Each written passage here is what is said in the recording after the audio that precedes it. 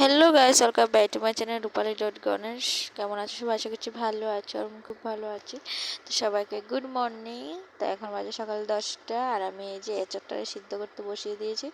আর এখানে এঁচড় কেটে সিদ্ধ করছি। আর এখানে নানান যে মশলাগুলোর দরকার, আদা রসুন পেঁয়াজ যা যা লাগে সব কিছু এখানে আমি তেল দিচ্ছি। তেলের মধ্যে কিন্তু একটু জল পড়ে গিয়েছিল, যেহেতু এই কারণে মানে তেলটা একটু ফেনা ফেনা দিয়েছে।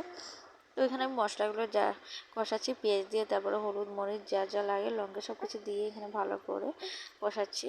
তো কষাতে কষাতে এই যে তেলটা কিন্তু ছেড়ে দিচ্ছি আস্তে আস্তে। এখানে আমি লাড়াতেই ছাড়ছিলাম। তখন এই যে এখানে দিয়ে দিব এখন আলু। এই যে 3টে আলু নিয়েছিলাম, তো এগুলো কেটে ভালো করে ধুয়ে দিয়েছিলাম। আলুটা একটু কম দিয়েছি, যেহেতু এঁচড় বলে কথা, তার জন্য। তো আমি এখানে এই যে কিন্তু মশলাটা তো আমি কষাচ্ছি ভালো করে। এই যে দিয়ে দিলাম এঁচড়টা আমি কীভাবে রান্না করছি অবশ্যই তোমরা দেখতে পাচ্ছ। তো সেভাবে আমি সবসময় এরকমই রান্না করি। তো এখানে আমার প্রায় এঁচড়টা এখানে আমি কষানোর জন্য দিয়ে দিয়েছি। আর এই যে করা শেষ, আর এখানে ঝোল দিয়ে ভালো করে লাগছে। তো ভিডিওটা ভালো লাগলে লাইক শেয়ার কমেন্ট অবশ্যই করো, পাশে থাকা সকালে টাটা বাই বাই। আজকে এই পর্যন্ত ভিডিও।